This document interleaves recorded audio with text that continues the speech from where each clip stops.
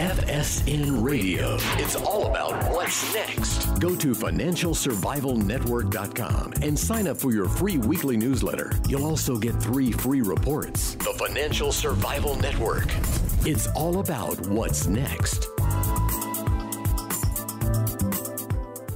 Welcome. You are listening to the Financial Survival Network. I'm Kerry Lutz, and it's May 17th, 2017. The headlines you've probably been watching, it's all Trump. Will he be impeached? Obstruction of justice and other sundry deeds. Well, let's get an insider perspective, or at least a former insider perspective. Former Congressman John LeBoutillier is with us now. John, welcome back. Kerry, it's great to be back, even though we are in a sort of tough political times right now, and we shouldn't be, actually, but we have to talk about it. Yeah, so what's going to be here? I just can never see him being impeached. I can't see them getting rid of him. It just can't happen because, look, the guy was not supposed to be elected in the first place. So here he is, outsider. Everybody wants a piece of him, and they're just doing everything they can, especially this media circus that's taking place. Well, that's true. Now, I will say, though, that Trump should have been, and I think he is and was when he ran,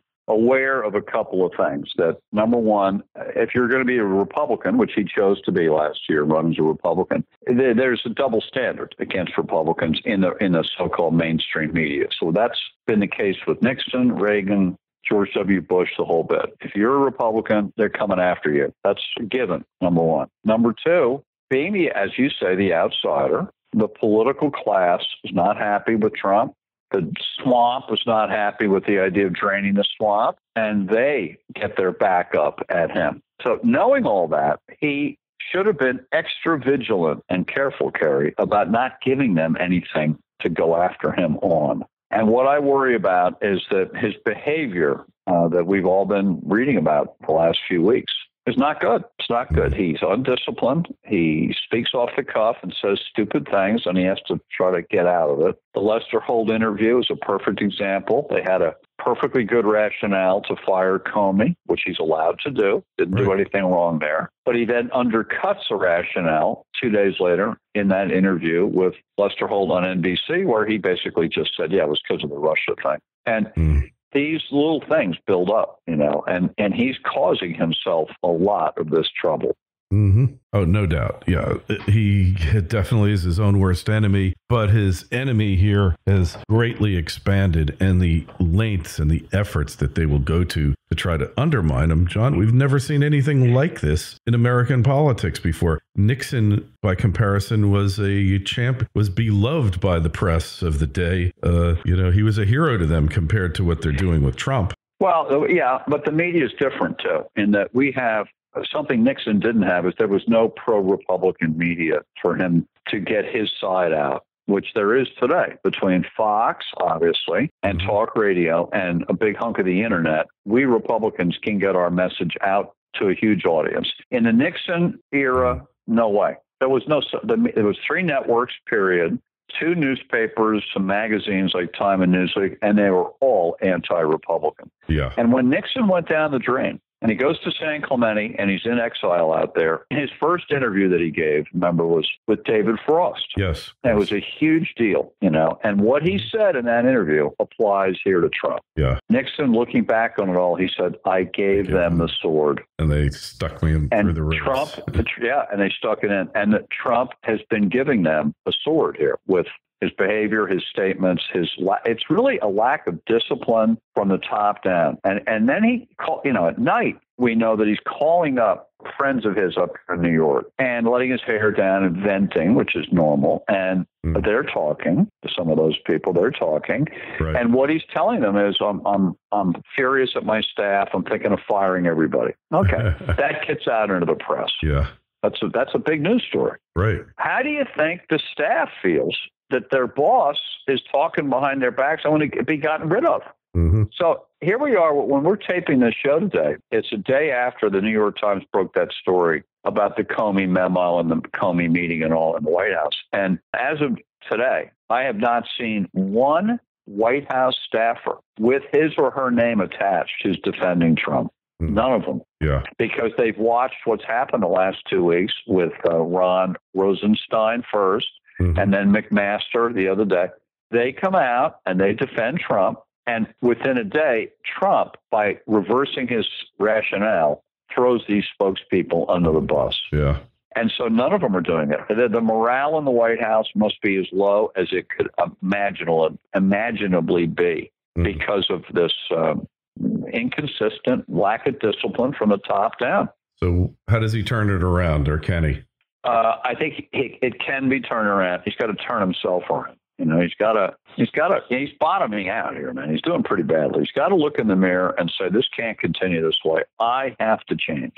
Now, here's where, if you've been in politics for a long time, you know how to fix those problems. And one of the things the president needs to do is have a Jim Baker, Leon Panetta, Robert Strauss, a wise man in the world of Washington, D.C., as the White House chief of staff. Right. And Trump has to defer to that person. And if that person walks in the Oval Office and says, Donald, N-O, Trump has to listen to him. Trump doesn't listen to anybody. Trump does what he wants. He's a billionaire. He's a 70-year-old billionaire. I don't know that he can stop. I hope he can, but I'm not sure he can. All right. So have you been offered the job yet, John? No. Who's the guy? Who is this wise man of the Republican Party who's guided countless others down the right path? Any names? I don't know if we have one anymore. We had Jim Baker, who did both. He was the chief of staff to both Reagan and the first Bush, and he also was a key advisor to President Ford. So he'd been around a long time, Jim Baker, and he knew what he was doing, and he was smart. Mm-hmm. When I look at this White House staff, Kerry, I just laugh. These are minor league people. I mean, are you kidding me? Reince Priebus, chief of staff? Yeah. He's pathetic. And he doesn't have the chutzpah to get in the Oval Office, shut the door, walk over to Trump, put his finger up in Trump's face, says, you're not going to do this. Yeah. I don't know that anybody can. Well, maybe Chris Christie. That guy's got a set of stones, right? No, I think Chris Christie, actually, who had been a year ago, before the Bridgegate fiasco ended so badly in that trial, Chris Christie was talked about for White House chief of staff. But here's the thing. I have no doubt Chris Christie could run the staff from himself on down. That you can run them. The question is, up above you, can you run Trump? I mean, like, take the New York Yankees when Steinbrenner owned them and they hired Joe Torre. Joe as the manager, and Joe Torre promptly wins 4 out of 5 World Series with the Yanks, and his title was Joe Torre, manager of the Yankees. But it was written about that, Kerry, what he really was he managed Steinbrenner. Right. He managed Steinbrenner and kept him calm down and off the backs of the players, and was a buffer between this crazy Steinbrenner and the players. And that allowed the players to play with no pressure from the boss, and off they go. Right. That Donald Trump is George Steinbrenner. They're very similar. They were great friends years ago. They were blustery, bigger than life, nicknamed the boss, hyperbolic, mercurial, they volatile, they change their mind, they fire people, there's chaos. I mean, God, Steinbrenner fired and hired the same managers over and over again. But you can't do that in the government. In the government, there has to be stability. There has to be constancy. Mm-hmm. And that's not the Donald Trump we've come to know.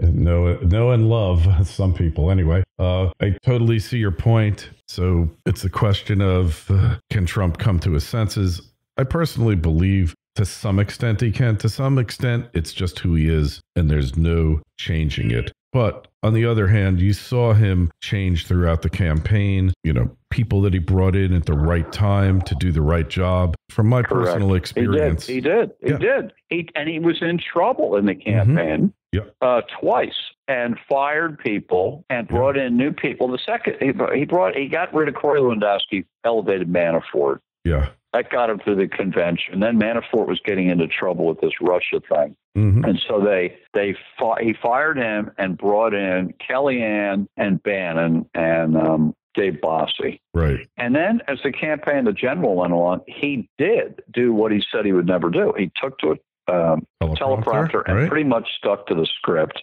And obviously worked hard. He works very hard. He's full of energy, but it's not focused all the time. And it got focused with that November 8th deadline approaching. He was able to focus himself.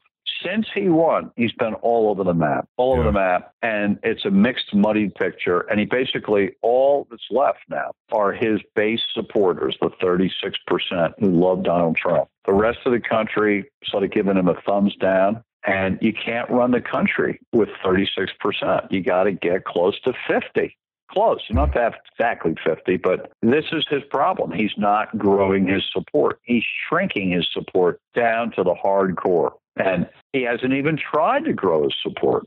And that's a big mistake he made. Yeah, for sure. Well, he's made a lot of mistakes, and he has proven in the past that he's able to learn from it. Will it be too late? Will it not be too little too late? That's the interesting question. But on the international front, he's had some pretty good success recently, hasn't he? Yeah, and it coincides with hiring major league people. Once he got rid of Flynn, he hired major league people and listens to them. Mattis, Tillerson, McMasters. He clearly listens to them. The strike in early April in Syria was a measured response. It was not a Donald Trump, I'm going to bomb the S out of them. Mm-hmm. And it wasn't the isolationist that we saw in the campaign where he criticized Hillary for wanting to get involved in Syria. Here, he gets involved in Syria, but only a little bit. And that clearly was an option that was presented to him, and probably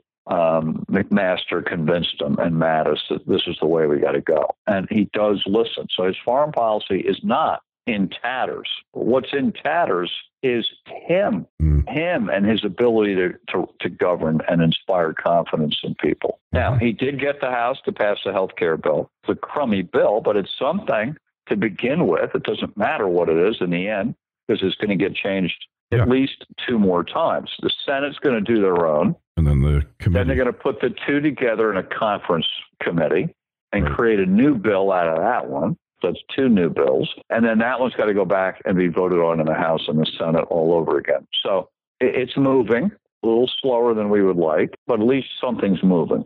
Yeah. So the jury is out. But look, he's been in office 4 months. I mean, obviously, it's a huge job, the worst job in the world when you get down to it, right? Could you imagine most people would never want that job?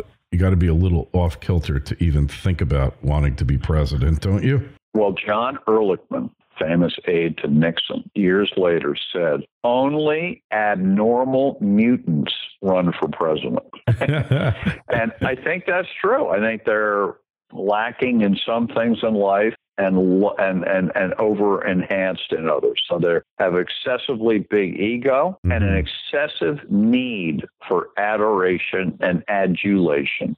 Yeah. And that's why you get so many narcissists who run and become president. Well, these guys have this thirst, this desire, this craziness to give up all semblance of a regular life just to get that job. Hey, and you've been inside the Beltway there, and the power too. Let's not forget about the power. Well, power is a corrupting influence, I can tell you, and you have to watch yourself, when you have power, and you have to be extremely careful of how you're reacting to having power. And I think that's something that Trump's got to get a handle on, And I think just his day-to-day living needs to be slightly corrected. He finishes whenever, 6 o'clock, whenever, in the Oval Office, and he goes upstairs alone to the White House residence because his wife is still up here in New York till the end of the school year with their 11-year-old son. And so he's rattling around alone in the White House. Now, what does that tend to do? It tends to make him make these phone calls, which are leaking out about what he's thinking, and he tends to tweet. And those things generally get him into trouble. So I hope the wife gets down there and keeps him busy and has friends over for dinner and make a more normal life for him so that he can behave more normally. Hey, that is really a great point that you've raised, John, and I've not heard it raised by anyone. That's why you're the commentator, because stability of life. Look, when you get up and you go on a vacation and you're going for a week or 2, what happens? All of your normal routines that add order and some semblance of order and normalcy to your life are gone. And vacation can be, especially when you've got a bunch of little kids with you, which in my past was the case, it could just be the most stressful, and not pleasant experience. So here he's facing the largest challenge of his life, Trump, by any measure, worse than when he went bust and had to turn it all around. And he doesn't have his wife there, his family with him. He's there pretty much by himself, shuffling around the White House while everyone else has gone to sleep. We already know the guy only gets 4 to 5 hours worth of sleep, and it's just an opportunity for this personal instability to manifest itself in actions that probably are not wise. Yeah, and I think you everything you said is exactly right, and you got to factor in the pressure of the job, and that multiplies all of those problems by 100 times. This is some responsibility, and he's never done it before in any governmental way, so he doesn't really know how to handle it. Or if he'd been, let's just say, he'd been the governor of New York, it wouldn't be so different to be president. You know what it's like to be governing. You know how to structure your staff. You have staff that you've worked with before. Every incumbent president I've ever heard of is always bringing people in who they've worked with over a long period of time. Well, look at Trump. He never worked with Reince Priebus. No. Never worked with Bannon except for 2 months in the campaign. He never met most of these cabinet people. This is like a whole new team thrown together, and they're playing the Super Bowl on day one. Pretty hard. Yeah, very hard. So there's a learning curve involved with anyone, and some would argue the former occupant of the White House never figured it out. Actually, I think he figured it out for what he wanted. Yeah, exactly. Obama got done exactly the 3 things that he wanted to do that will be, when he dies and they write his obituary, it will read Barack H. Obama, the 44th President of the United States, and the first African-American elected who instituted national health insurance and opened relations between the United States and Iran, died yesterday at the age of 98. Okay, so the 3 things. Yeah. 3 things. First, black president, he did it. We can never take that away from him. Second, what he's most proud of is Obamacare. He did. He got it passed. First year, he got it passed. And the Iran nuke deal. Horrible as it is, he likes it. He liked really it. Horrible. It was a way he thought to open relations with Iran, which, by the way, is the last thing in the world we should want to do. But anyway, from his point of view, he did know how to get things done. He got those 3. He knew how to win twice. He knew how to get health care through, and he knew how to do this pathetic Iran nuke deal, and he got that done too. And the pathetic health care. We'll see if Trump can get 3 big things done. You know? I wouldn't write him off yet. I would not write him off yet. I'm not writing, but you were writing off Obama, said he didn't know how to be president. Well, I don't agree with you. He got done what he wanted to get done. In the traditional norms of what a president has done and what he stood for, I found him woefully lacking in terms of his ability to push whatever the heck he believed in and do and get it through. He was too effective. So, but the result of it was, besides ruining healthcare and ruining the Middle East, he also ruined the Democratic Party. They lost the House, they lost the Senate, and they lost the White House, and they lost state houses and legislatures all across the country, all because of him. All because of him. Oh, yes. Mostly Obamacare. Yeah. So the price for his own little epitaph was pretty high. Yeah. And they seem to not care about it either, the Democrats. They seem to have embraced their own destruction as a party. Right. That I just don't get. That's right. I don't get it. I don't get it, John. But there's a lot of things that you don't get when it's happening, but they become very clear later on. I think this is going to be one of them. Where do we find you these days? What's the best place? Well, 2 things. I do a podcast every week called Revolution _ the podcast, which you can get on iCloud or iTunes or SoundCloud, or you can get it at my website, which is very simple. John LeBout, one word, JohnLeBout.com. JohnLeBout.com. financialsurvivalnetwork.com. All right. And we will, as always, have a link to your site there in our show notes on Financial Survival Network. Yeah, always. And if you got any questions for John or myself, email us at kl@kerrylutz.com, Twitter feeds at Kerry Lutz, and the Facebook page is Financial Survival Network. John, it's always interesting, enlightening to speak with you. We'll talk to you again real soon, and we'll see if Trump can turn it around. All right, Kerry. Talk soon, man. Thanks. FSN Radio. It's all about what's next. Go to financialsurvivalnetwork.com and sign up for your free weekly newsletter. You'll also get 3 free reports. The Financial Survival Network. It's all about what's next.